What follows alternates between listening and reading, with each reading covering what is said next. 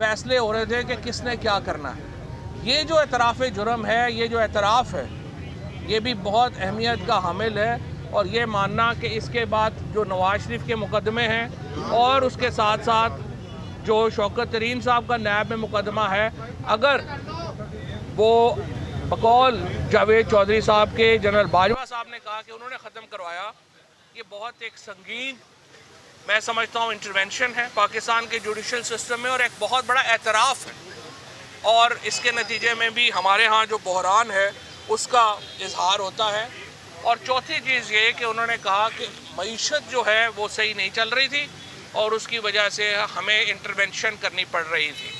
और रज़ा बाकर ने उन्हें फ़ोन किया और कहा कि बड़ी हीट अप हो गई है और इसलिए आप जो है वो आके देखें। अब मुझे आप बताइए कि कौन से मुल्क का आर्मी चीफ जो है वो स्टेट बैंक के गवर्नर और फाइनेंस मिनिस्टर की जो अप्रोच है इकॉनमी की, उसको डील करता है और उसको जो है वो स्ट्रेंथन करता है या कहता है कि ये सही अप्रोच नहीं है, ये गलत अप्रोच नहीं है। आप इकॉनमी के माहिर नहीं हैं। और उसके बाद जो पाकिस्तान की मईशत का हाल हुआ है पिछले 9 महीने में, वो आपके सामने है। पाकिस्तान 6% के ऊपर ग्रो कर रहा था। पाकिस्तान का लार्ज स्केल मैन्युफैक्चरिंग जो थी वो 10% के ऊपर चल रही थी। पाकिस्तान में 55 लाख नौकरियां पैदा हुई थी। पाकिस्तान में फ़ी का आमदनी में मुसलसल इजाफा हो रहा था।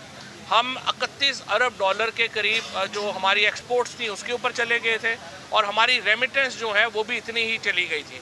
तो एक बहुत इकॉनमी, चलती हुई इकॉनमी को उन्होंने कह दिया कि वो अच्छी नहीं चल रही और हुकूमत तब्दील कर दी गई। और उसके बाद अब हम आज हमें नहीं पता IMF से इनका मुआहदा होता है नहीं होता।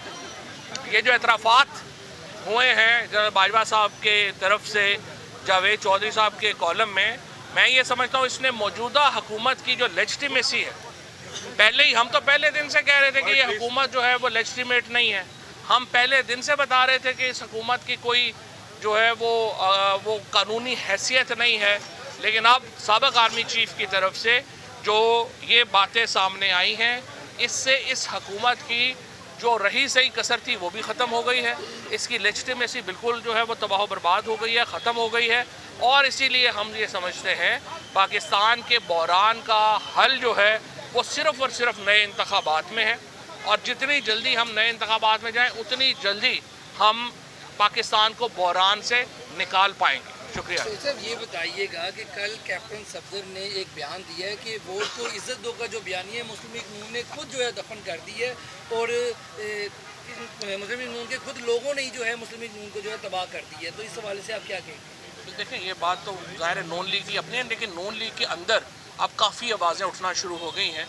मैं समझता हूँ जो शाहिद खाकान अवासी ने, मिफ्ता इस्माइल ने और अब आके कैप्टन सफदर साहब ने जो बातें कही हैं इनमें वज़न है। और हमें सियासी जमातें जो हैं उनको भी सोचना चाहिए कि वो किस तरीके से जो है वो आगे पाकिस्तान के अंदर रूल ऑफ लॉ उस पर बात करेंगी। और स्पेशली ये जो आर्मी चीफ के जो अब इंकशाफात हैं उसके बाद तो बिल्कुल ही मामला जो है वो आपके सामने है। चौधरी साहब, शाहिद खाकान अब्बासी साहब ने कहा है कि जस्टिस जावेद इकबाल नैब के चेयरमैन ने हमारे गिरेबान पर हाथ डाला था, अब हम भी उनके गिरेबान पे हाथ डालेंगे। आप कैसे देखते हैं उसके ख्याल से? देखिए, मेरे ख्याल में जावेद इकबाल साहब हों या शाहिद खाकान अब्बासी साहब हों, हमें तलखियाँ कम करने की ज़रूरत है। तलखियाँ कम करते हैं। पहले ये तो देखें जिसके ऊपर इतनी बड़ी आप कन्फेशंस आ गई हैं, इसके ऊपर देखते हैं अब क्या आगे बात चलती है। Thank you. ये बता दें कि ऑपरेशन एक अहम मुद्दा है जिसके लिए आप वो इंशाल्लाह जल्दी करें। तो किसके नाम अभी पीटीआई के रहनुमा फवाद चौधरी जो है वो मीडिया से गुफ्तगू कर रहे थे। आपने बराह रास्त मुलाहिजा किया और इसके साथ ही उन्होंने सहाफ़ियों के सवालों के जवाब भी दिए हैं।